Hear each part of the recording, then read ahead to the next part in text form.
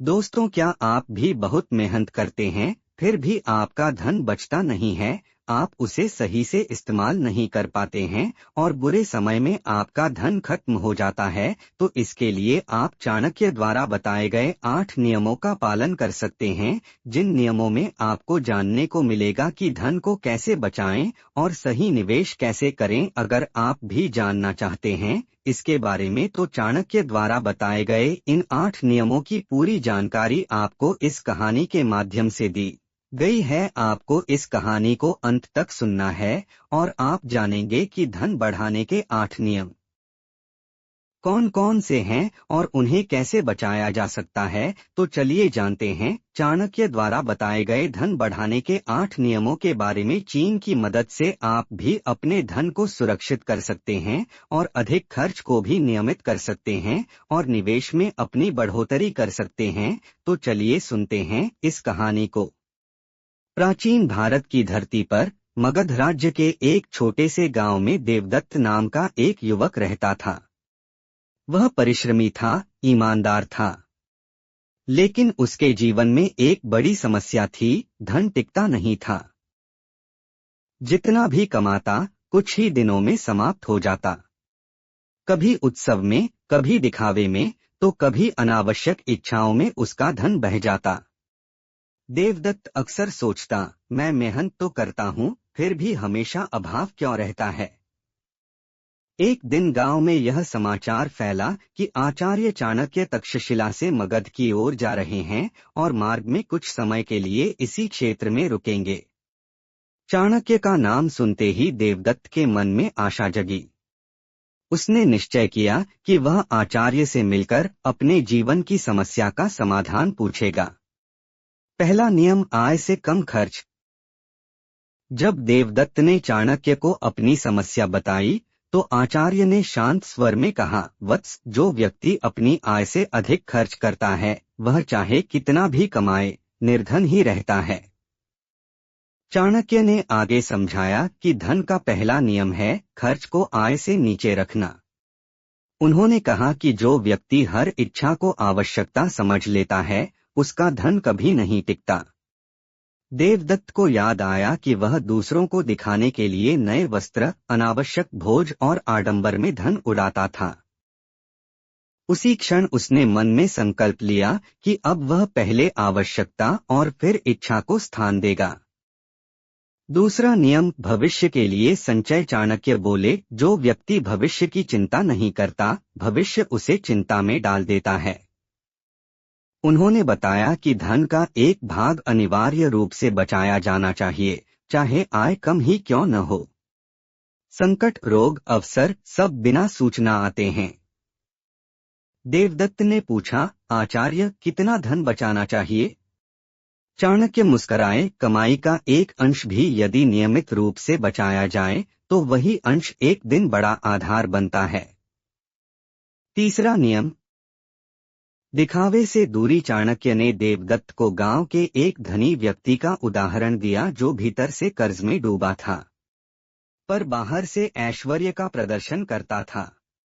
धन दिखाने की वस्तु नहीं, साधन है। जो व्यक्ति दिखावे में धन नष्ट करता है वह समाज को नहीं, अपने भविष्य को धोखा देता है। देवदत्त को समझ आया कि उसने कई बार दूसरों की प्रशंसा पाने के लिए धन खर्च किया, जबकि वह धन उसकी सुरक्षा बन सकता था। चौथा नियम, व्यर्थ वस्तुओं से बचाव। आचार्य ने कहा, जो वस्तु तुम्हारे जीवन में मूल्य नहीं जोड़ती वह धन की शत्रु है। उन्होंने बताया कि छोटी छोटी व्यर्थ खरीदारी भी धीरे धीरे बड़े नुकसान में बदल जाती है। धन बचाने का अर्थ केवल बड़ा त्याग नहीं, बल्कि छोटे अपव्यय को रोकना भी है। देवदत्त ने निश्चय किया कि अब वह हर खर्च से पहले स्वयं से पूछेगा, क्या यह आवश्यक है। पांचवा नियम, धन को निष्क्रिय न रहने देना। चाणक्य नीति का एक महत्वपूर्ण सिद्धांत है, निष्क्रिय धन मृत समान है। आचार्य ने समझाया कि धन को केवल जमा करना ही पर्याप्त नहीं, बल्कि उसे उपयोगी और सुरक्षित स्थानों में लगाना चाहिए जिससे वह बढ़े और समय पर सहारा बने। देवदत्त ने पहली बार समझा कि धन बचाना और धन बढ़ाना दोनों एक दूसरे के पूरक हैं। छठा नियम, बुरे समय के लिए तैयारी। चाणक्य ने गंभीर स्वर में कहा, सुख में जो बचाया गया वही दुख में काम आता है। उन्होंने बताया कि जब समय अच्छा हो तभी बचत करनी चाहिए, क्योंकि संकट के समय अवसर नहीं, केवल आवश्यकता होती है। देवदत्त के मन में यह बात गहराई से बैठ गई। उसने देखा था कि कई लोग अच्छे समय में सब कुछ खर्च कर देते हैं और बुरे समय में दूसरों के सामने हाथ फैलाते हैं। सातवां नियम, सही संगति। चाणक्य बोले, फिजूल खर्च मित्र धन के सबसे बड़े शत्रु होते हैं। उन्होंने बताया कि जो संगति व्यक्ति को अनावश्यक खर्च, नशा, जुआ या आडंबर की ओर ले जाए, वह धीरे धीरे उसकी आर्थिक नींव को खोखला कर देती है। देवदत्त को अपने कुछ मित्रों की याद आई, जिनके साथ रहते हुए उसका धन बिना कारण खर्च हो जाता था। आठवां नियम, संतोष का अभ्यास। चाणक्य ने कहा, धन की रक्षा संतोष से होती है, लालच से नहीं। उन्होंने समझाया कि जो व्यक्ति जितना पाता है उससे कभी संतुष्ट नहीं होता, वह कितना भी कमा ले निर्धन ही रहता है। देवदत्त ने पहली बार जाना कि संतोष भी एक प्रकार की संपत्ति है। चाणक्य से भेंट के बाद देवदत्त का जीवन बदलने लगा। उसने अपने खर्चों की सूची बनाई, बचत शुरू की, दिखावे से दूरी बनाई और व्यर्थ खर्च बंद किए। शुरुआत में यह कठिन लगा, लेकिन कुछ ही महीनों में उसने अनुभव किया कि उसका मन अधिक शांत है और भविष्य को लेकर भय कम हो गया है। कुछ वर्षों बाद वही देवदत्त गांव में एक सम्मानित व्यक्ति बन गया। उसके पास बहुत अधिक धन नहीं था, लेकिन स्थिरता, सुरक्षा और आत्मविश्वास था।